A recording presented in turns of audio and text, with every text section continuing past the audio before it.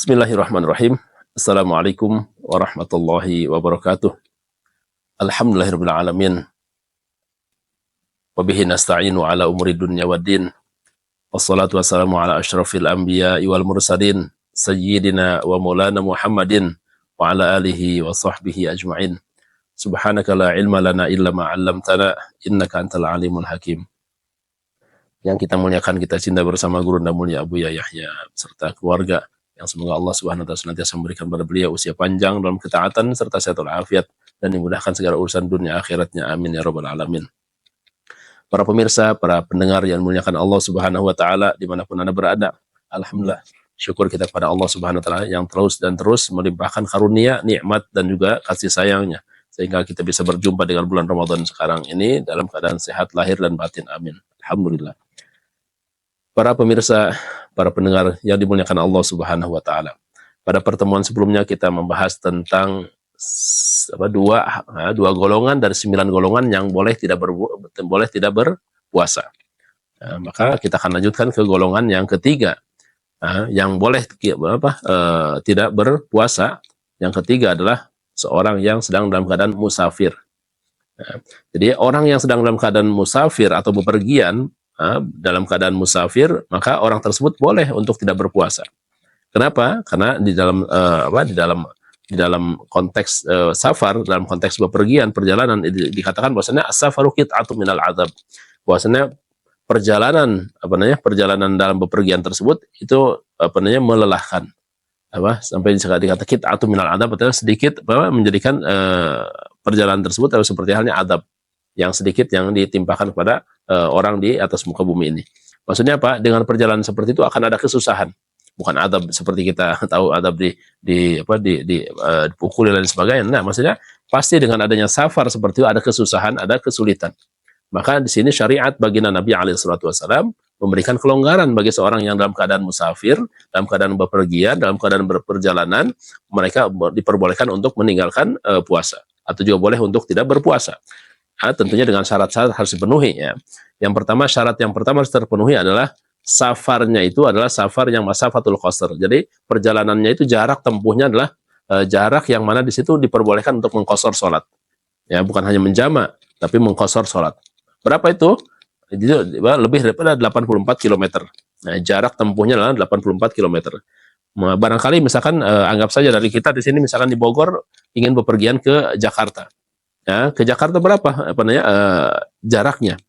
Nah, atau ke Tangerang misalnya, berapa jaraknya? Atau ke Bandung misalnya, berapa jaraknya? Kalau misalnya sampai ke Bandung anggap saja udah melebihi daripada 84 km, maka itu sudah diperkenankan untuk meninggalkan puasa bagi seorang musafir.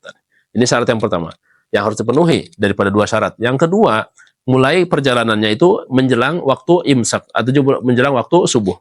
Ya, menjelang waktu subuh atau juga menjelang waktu tulu fajar shadiq. Jadi sebelum masuknya waktu subuh, dia udah mulai perjalanan. Anggap saja kita dari Bogor nih mau pergi ke Bandung dengan jarak tempuh anggap saja 150 km, berarti melebihi daripada 84 km tadi. Nah, kemudian kita berangkatnya dari sini berangkat dari sini ke Bandung, dimulainya kapan? Di jam 3 dini hari atau jam 4 mungkin. Karena di kita mungkin di Bogor sini mungkin imsaknya pada pukul 4.30. Maka jam 4 kita mulai berangkat. Dengan niatan tetap kita berpuasa. Nah, ketika di perjalanan misalkan ada kesusahan, kesulitan atau juga ada letih, ada capek lain sebagainya, maka di situ diperbolehkan untuk berbuka. Ya, berbuka. Bahkan ada yang mengatakan boleh dari awal safarnya itu dia tidak berniat puasa. Boleh langsung berbuka dari awal safarnya. Kenapa? Karena dia melakukan perjalanannya jarak tempuhnya lebih daripada 84 km, kemudian juga dimulai perjalanannya juga sebelum waktu subuh masuk. Maka dari situ ada sebagian besar ulama mengatakan boleh dari situ dia tidak berpuasa. Karena dengan adanya safar seperti itu akan ada kesusahan, kesulitan, mungkin harus nenteng koper atau juga harus bawa yang berat-berat. Kalau dalam keadaan berpuasa mungkin lelah, letih, bahkan bisa menjadi mudarat baginya.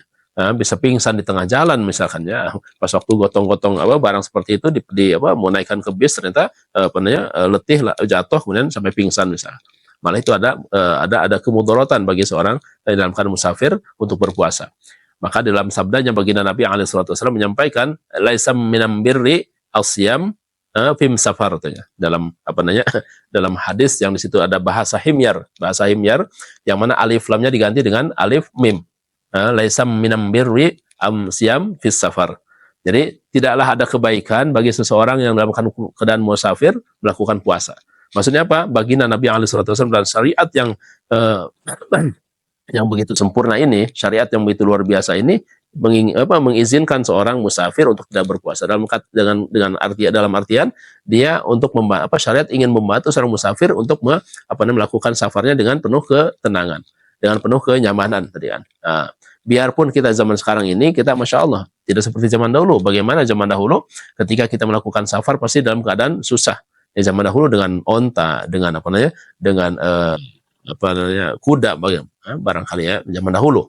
Nah, maka di zaman kita sekarang alhamdulillah udah ada kereta api, pesawat terbang, kapal laut, kemudian mobil, bis misalnya yang semuanya sudah full dengan AC misalkan. Yang mana di situ tidak kita rasakan kesusahan dalam beperjalanan dalam safar tersebut. Nah, biarpun demikian halnya, maka dalam syariat kita diperkenankan untuk meninggalkan puasa apabila betul ya tadi dua syarat tersebut terpenuhi. Jarak tempuhnya lebih daripada 85 km. Kemudian yang kedua, sebelum mulai perjalanan, dimulainya perjalanan tersebut sebelum waktu subuh masuk. Maka ini, jadi golongan ketiga yang boleh untuk meninggalkan puasa adalah seorang musafir, yang mana safar tersebut dengan safar tersebut dia diperkenankan untuk meninggalkan puasa. Mudah-mudahan Allah SWT memberikan pada kita semua kesehatan lahir dan batin, bisa menjalankan puasa dengan sempurna. Amin ya rabbal alamin. Allahu a'lam bishawab. Wal afu minkum. Assalamualaikum warahmatullahi wabarakatuh.